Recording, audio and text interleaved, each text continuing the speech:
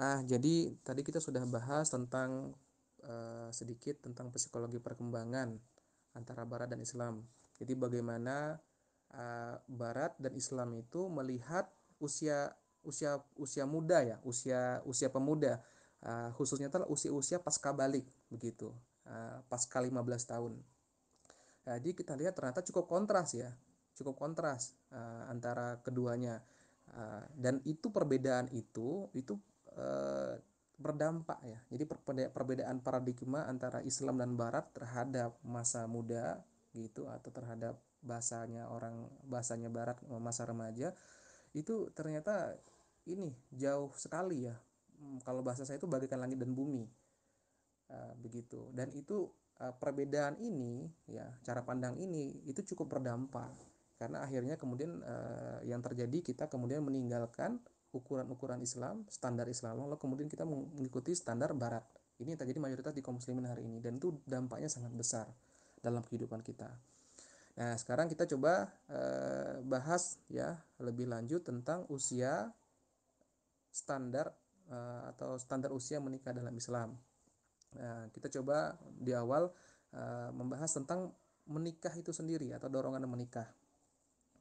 Nah, jadi seorang manusia yang diciptakan Allah itu insya Allah dia tidak akan bisa menghindar daripada fitrah yang Allah tanamkan ke dalam dirinya, yaitu apa? Kebutuhan kepada lawan jenis. Begitu. Jadi selama manusia itu tidak mengalami penyimpangan ya dalam kehidupannya secara biologis atau secara psikologis, insya Allah secara fitrah dia membutuhkan lawan jenis, baik di dunia maupun di akhirat. Begitu. Allah berfirman ya dalam surah Al Imran ayat 14, Zuina linnas hutbus syawati minan nisa wal banin wal qanatiril muqantarati minadz dzahab wal fiddah.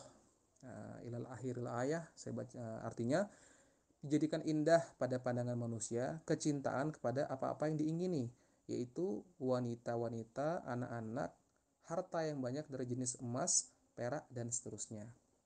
Begitu. Nah, di sini Allah memberitahu kita. Jadi bahwasanya keinginan seorang manusia kepada pasangan hidup, khususnya di sini kepada diceritakan laki-laki ya kepada wanita, tapi secara mafhum juga wanita kepada laki-laki, itu hal yang kemudian memang ditanamkan Allah ya ke dalam jiwa manusia. Jadi apa kalau bahasa komputer tuh software yang kemudian Allah install ke dalam diri kita tuh itu adalah memang kebutuhan atau keinginan kecintaan kepada lawan jenis begitu. Nah, jadi ini hal yang karena ini sangat penting ya, Islam juga memberikan perhatian besar bagaimana bisa memenuhi kebutuhan ini. Lalu kemudian ayat berikutnya ya di surah Ar-Rum ayat 21.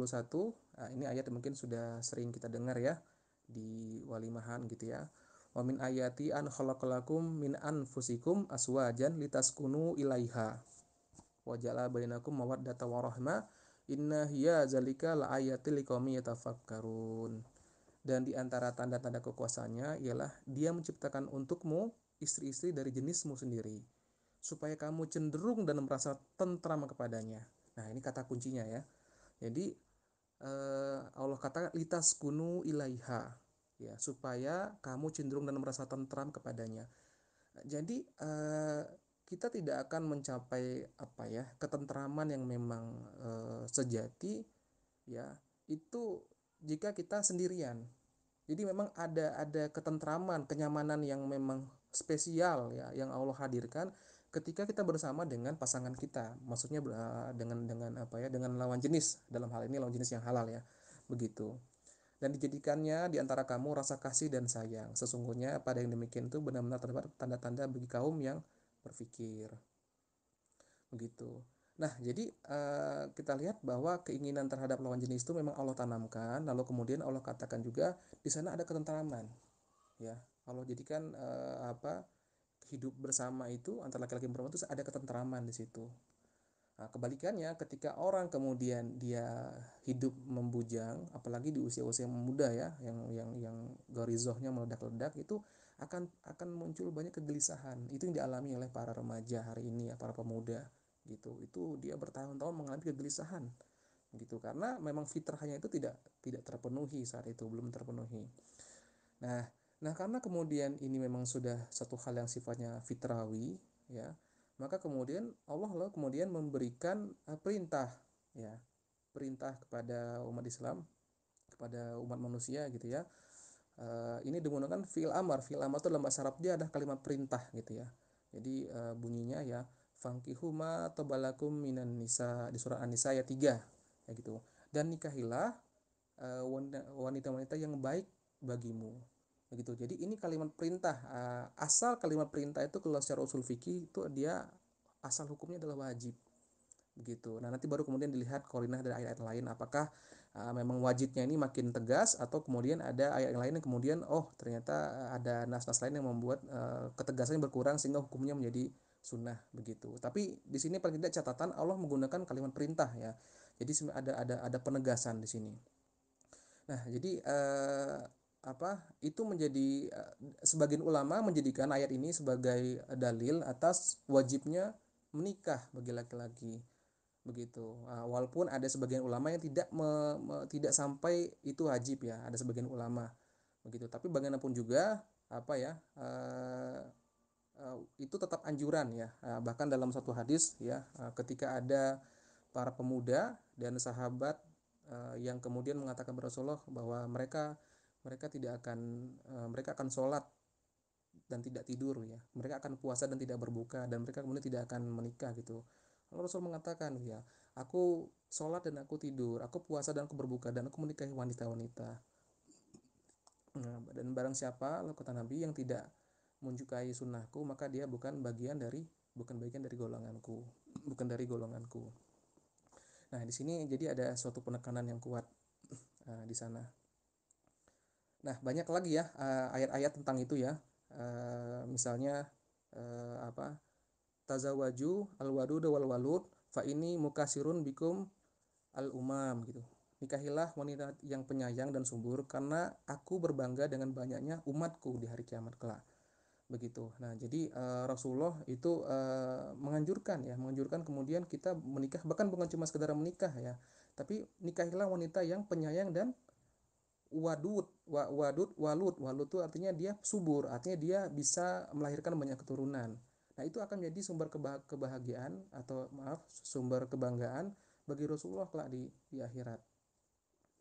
Begitu. Nah, jadi di sini kita bisa simpulkan bahwa memang menikah ini hal yang memang suatu hal yang tidak bisa dihindari secara umum bagi manusia.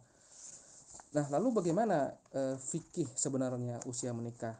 Eh, Bagaimana kemudian hukum atau aturan batasan menikah? Nah, yang pertama ini ada beberapa poin ya, poin kaidah. Yang pertama bahwa tidak ada secara fikih tidak ada batasan bawah dan batasan atas bagi menikah. Tidak ada batasan bawah dan batasan atas. Begitu, khususnya buat perempuan ya. Buat perempuan ini tidak ada batasan bawah dan batasan atas. Artinya begini, uh, seorang perempuan itu boleh dinikahkan oleh orang tuanya bahkan sebelum dia balik. Begitu, bahkan sebelum dia balik. Ini kita lihat terjadi pada pernikahan Rasulullah itu sendiri.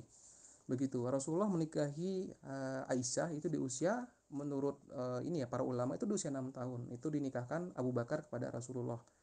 Begitu. Nah, namun ada catatan bagi mereka yang menikah sebelum balik ini, si perempuan itu belum di satu rumah sama suaminya. Begitu, dia belum satu rumah satu suaminya, itu nanti kelak ketika dia memang sudah mampu gitu ya, itu sudah mampu kira-kira berhubungan badan gitu dengan suaminya. Nah, itu baru kemudian disatukan. Makanya kalau itu kan tidak ada skala berapa tahun, itu Rasulullah dengan Aisyah itu tidak serumah, baru berapa tahun kemudian uh, Aisyah kemudian baru sama Rasulullah. Nah, itu batasan wajib, tidak ada batasan bawah. Begitu dia sudah boleh dinikahkan oleh orang tuanya. Hanya saja serumahnya itu nanti menunggu kemudian kesiapan daripada si pihak wanita. Lalu kemudian tidak ada juga batasan atas. Artinya seorang perempuan itu bisa menikah itu di usia 50, 60 dan seterusnya begitu. Begitu juga laki-laki gitu. Nah, jadi untuk wanita itu nggak ada batasan bawah dan batasan atas usia. Sementara kalau untuk laki-laki dia ada batasan batasan apa ya? Laki-laki itu dia ada kewajiban.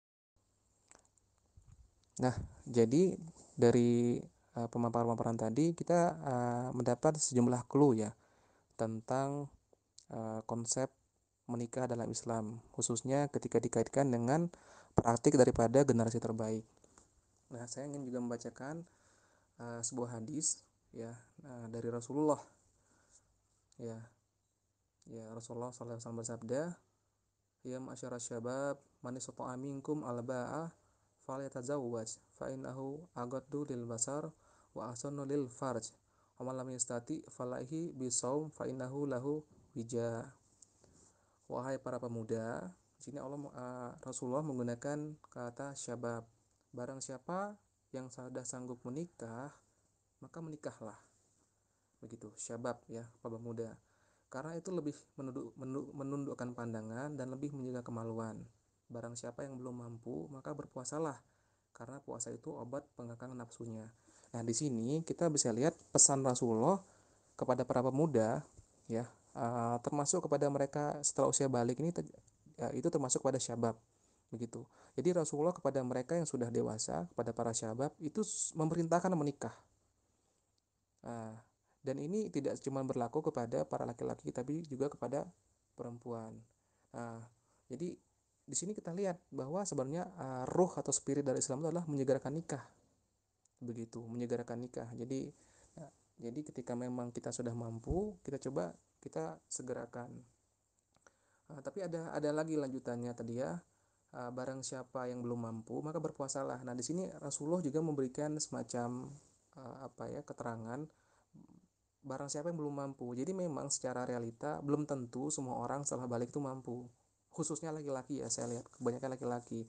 Banyak laki-laki itu dia harus menyiapkan persiapan-persiapan lain ya, khususnya misalnya persiapan dari sisi maliyah atau ma'isyah, yaitu kemampuan untuk menafkahi uh, istrinya atau pasangan hidupnya gitu. Itu membuat biasanya laki-laki dia lebih lama untuk menyiapkan diri menikah. Selain persiapan-persiapan lain begitu. Nah, namun keidealan dalam Islam ya adalah ketika ketika dia mampu, ketika dia sudah mampu memberi nafkah, maka dia segera menikah berdasarkan hadis ini. Begitu, berdasarkan hadis ini dan berdasarkan daripada praktik daripada para sahabat dan sahabiah. Begitu. Nah, di sini kita lihat biasanya saya bilang yang mengalami halangan itu adalah para laki-laki. Sementara para pemudi ya secara umum sebenarnya tidak punya halangan yang sangat substansial atau sangat fundamental. Begitu. Umumnya para pemudi itu di usia baliknya ya, sebutlah 15, 16, 17, 18 dan seterusnya gitu. Itu sebenarnya sudah insya Allah sudah mampu menikah. Para pemudi mungkin persiapannya mungkin bukan kepada keuangan tapi mungkin adalah lebih kepada mental dan ilmu, persiapan keilmuan ya. Ini sangat penting ya, sangat penting gitu, bagaimana menjadi seorang istri yang baik, memahami hak dan kewajiban istri, bagaimana kelak menjadi ibu yang baik. Begitu, itu yang menjadi mungkin constraint gitu. Tapi saya kira mungkin hal ini tentu tidak seberat laki-laki yang memang juga harus berpikir masalah nafkah. Begitu. Nah, jadi kalau mau kita coba simpulkan ya, pada dasarnya Islam itu tidak ada dalam Islam itu tidak ada patokan pasti ya, tidak ada patokan pasti misalnya usia 20 tahun, 19 tahun, tidak ada patokan pasti atau patokan keharusan di titik mana menikah. Tetapi Islam mendorong menyegerakan. Gitu poinnya ya. Tidak ada patokan keharusan, tapi Islam mendorong menyegerakan ketika dia sudah mampu, sudah memenuhi syarat-syaratnya begitu. uh, uh, nah jadi itu ya. Nah dari sini kita lihat, kita coba membahas yang terjadi hari ini adalah menikah itu mengalami kemunduran yang cukup panjang begitu ya. Kenapa itu panjang? Nah, ada ini, mungkin nanti kita bisa ini ya. Nah, sebelumnya saya akan coba ini ya, saya coba bahas juga tentang Islam itu kan mendorong, Rasulullah kan mendorong ya masyarakat syabab gitu ya. Jadi kepada para pemuda itu menikahlah, gitu kata Rasulullah. Begitu. Nah, sebenarnya ada apa hikmah dari penyegerakan nikah itu? Nah, ini saya coba sebutkan beberapa ya. Di antaranya itu yang pertama adalah menyelamatkan diri dari fitnah atau godaan hebat di zaman fitnah ini. Begitu. Jadi dulu orang tua kita, kakek-kakek kita itu menikahnya segera. Ya, kakek saya, ya nenek saya itu menikahnya mereka segera. Itu terutama yang para wanitanya usia belasan tahun sudah menikah. Padahal di waktu itu fitnah tidak sehebat sekarang. Nah, ketika kemudian mereka menikah segera, semestinya kemudian keutamaan atau kemestian untuk menjadikan nikah ini menjadi lebih relevan hari ini karena beratnya fitnah hari ini yang kita hadapi ya.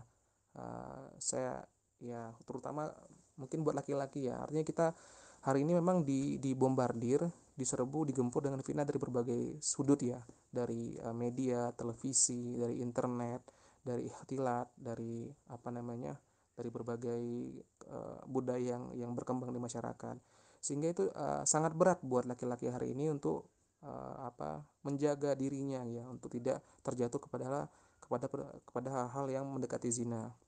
Jadi itu yang pertama. Yang pertama itu adalah urgensi menikah dini itu adalah menyelamatkan diri kita dari fitnah ya yang makin menghebat di akhir zaman. Yang kedua, itu ketika kita menikah dini, maka itu menjadikan kita mengisi usia muda kita dengan lebih produktif dan lebih banyak amal soleh. Begitu. Kenapa? Karena begini, ketika seorang pemuda itu udah menikah, maka kemudian dia akan hidupnya cenderung dia akan fokus. Dia akan meminggirkan atau meninggalkan hal-hal yang sia-sia. Dia punya tanggung jawab yang besar yang dia pikul. Maka kemudian itu dia akan mengatur waktunya dengan efektif, dengan manajemen yang lebih baik ketimbang mereka yang tidak punya tanggung jawab. Begitu. Nah, jadi dari sisi ini ya, ketika orang menikah maka kemudian dia akan lebih lebih produktif ya, lebih banyak amal salihnya. Sementara di pihak perempuan itu juga sebaliknya juga sama, karena ibadahnya wanita itu sebenarnya yang paling besar itu adalah di dalam rumah ya, di rumah tangga begitu. Jadi itu ibadah yang sangat tinggi. Itu hadis-hadisnya banyak ya, bagaimana seorang wanita itu ketika dia mampu menjalankan perannya dengan baik sebagai seorang istri, dia mampu taat kepada suaminya, itu nilainya seperti laki-laki yang berjihad di jalan Allah begitu. Nah, lalu kemudian yang ketiga, kelebihan daripada menyegerakan nikah itu adalah memperpanjang usia subur, memperpanjang usia subur. Jadi perempuan itu kan dia punya masa namanya menopause. Nah, menopause ini itu merentang biasanya antara usia 35 sampai 45 begitu. Nah, ketika dia mempercepat nikah, maka usia subur itu dia lebih panjang. Misalnya ketika dia menikah usia 17, 18, maka usia suburnya itu bisa berapa banyak gitu? Bisa mungkin 20 sekian tahun, ya. Tapi kalau dia menikah di usia misalnya 28, 30, maka kemudian dia semakin dekat dengan menopause. Begitu. Nah, sehingga kalau seorang wanita dia menjalankan nikah, atau seorang pasangan jalan nikah, maka mereka bisa menjalankan sunnah memperbanyak keturunan, gitu, memperbanyak keturunan. Lalu kemudian yang keempat, ya, yang keempat kalau bahasa saya ya, menikah dini itu insya Allah memperbanyak rezeki, ya, memperbanyak kebaikan dalam kehidupan kita dunia dan akhirat. Kenapa? Jadi begini, kalau dalam Islam ya, setiap anak ketika kita lebih cepat menikah, maka kemudian insya Allah kita akan lebih dahulu atau lebih banyak punya anak gitu. Nah, setiap anak yang hadir ke dunia itu secara konsep Islam dia membawa rezekinya sendiri. Hanya saja nanti Allah datangkan rezekinya itu lewat orang tuanya. Nah, jadi dalam Islam itu dia memperbanyak anak, itu dia akan memperbanyak rezeki juga bagi kedua orang tuanya. Ya, itu yang pertama. Yang kedua, kemudian memperbanyak anak, dia akan memperbanyak amal solih ketika di dunia. Lalu juga kemudian akan memperbanyak orang-orang yang mendoakannya. Nah, di antara amal jariah yang kemudian akan mengalir terus ketika seorang mati adalah doa daripada anak-anak yang soleh. Nah, hal semua itu ya, rezeki yang semakin bertambah, lalu kemudian amal solih yang kemudian bertambah, lalu kemudian doa yang juga semakin bertambah gitu ya kepada dirinya, itu akan menaikkan derajatnya di akhirat. Gitu. Itu hal-hal yang kemudian akan membuat derajatnya lebih tinggi di akhirat. Nah, ini diantara kemudian kelebihan daripada kita menyegerakan nikah. Lalu kemudian saya akan juga menyebutkan tentang ketika kita memundurkan pernikahan, maka risikonya juga lumayan ya, lumayan banyak gitu ya. Ada sekian poin saya tulis ya, saya yang pertama ya, risikonya itu adalah menurunnya garizah itu apa, naluri. Jadi begini, sebenarnya secara apa ya, secara garizah, secara seksualitas gitu ya, sebenarnya eh, ini yang tertinggi itu adalah di masa muda. Ketika seorang memundurkan pernikahannya ke usia 30 atau bahkan 40, itu sebenarnya dorongan garizah ya, naluri naluri kelaki-lakian atau kewanitaan itu dia sebenarnya berkurang ya, khususnya pada wanita begitu. Nah, jadi ini sebenarnya apa ya? Ya buat saya itu kerugian. Justru sebenarnya hal-hal yang paling nikmat ya bagi suami istri itu menikah itu di usia-usia muda dalam sisi ini begitu. Nah, yang kedua ya, itu masa subur, risiko daripada menunda menikah, masa subur yang semakin berkurang. Nah, tadi sudah saya jelaskan ya. Jadi ketika dia mundur nikah, maka kemudian jarak antara dia dengan fase menopause, terutama bagi wanita itu semakin semakin semakin berkurang, semakin sedikit. Ya, sehingga dampaknya adalah apa? Dampaknya adalah mensedikitnya jumlah keturunan, gitu. Nah, yang ketiga di antara risikonya ini juga saya lihat terjadi banyak ya. Ketika kita menikahnya mundur, maka maka anak itu lahir ya di usia kita sudah sekian ya. Nah, itu berpotensi ketika kita sudah tua, nanti anak itu juga masih belum mencapai usia dewasa. Gitu. Artinya ada tanggung-tanggungan yang berat nanti ketika seorang itu sudah di usia tua ketika anak-anaknya masih kecil. Lalu ini berikut yang keempat, ini ada risiko dalam eh, dalam dia terjatuh ke dalam maksiat ya, dalam maksiat khususnya adalah perzinahan ya, atau hal-hal yang mendekati zina gitu. Dan ini masya Allah ya, ini suatu hal yang memang saat ini sangat kondisinya sudah sangat gawat di Indonesia gitu. Jadi kemunduran diantara kemudian efek daripada kemunduran menikah itu adalah meledaknya perzinahan, dan angka-angkanya itu masya Allah, itu kita mengurut mengurut dada itu mendengarnya. Nah, lalu kemudian resiko berikutnya atau hal negatif ya gitu, itu adalah kegelisahan natural. Jadi seperti saya bilang tadi, kita bahas tadi di surat Ar-Rum ayat 21 ya, bahwa ketenangan, ketenteraman tuh hadir ketika seorang laki-laki itu dia bersama dengan pasangan hidupnya yang halal ini. Nah, ketika kemudian dia memperpanjang masa waktu yang dia sendirian, maka itu secara otomatis dia akan gelisah. Ketenangan itu, ketenteraman atau sakinah itu tidak tidak benar-benar hadir dalam dirinya ketika dia tidak menikah. Nah, lalu kemudian yang terakhir adalah di antara ininya ya, resikonya adalah ini juga saya lihat banyak terjadi terutama di negeri-negeri luar ya, negeri-negeri barat. Itu ketika seorang itu menunda pernikahan, maka eh, ketika lewat di titik tertentu maka dia semakin sulit menikah. Ini khususnya pada perempuan ya. Jadi ketika terlewati misalnya usia berapa, kepala 3 misalnya atau kepala 4, maka dia berpotensi itu menikah sampai akhir hayat. Dan ini banyak banyak sekali terjadi ya di berbagai negara, bahkan termasuk di Indonesia kita temukan, saya menemukan banyak orang saya kenal bahkan gitu seperti itu. Nah, ini kan hal-hal yang tentu kita prihatin ya, kita prihatin ketika seorang kemudian seumur hidupnya dia tidak menikah, tidak punya pasangan hidup, tidak punya keturunan gitu ya. Itu kan suatu hal yang sebenarnya menyedihkan ya begitu.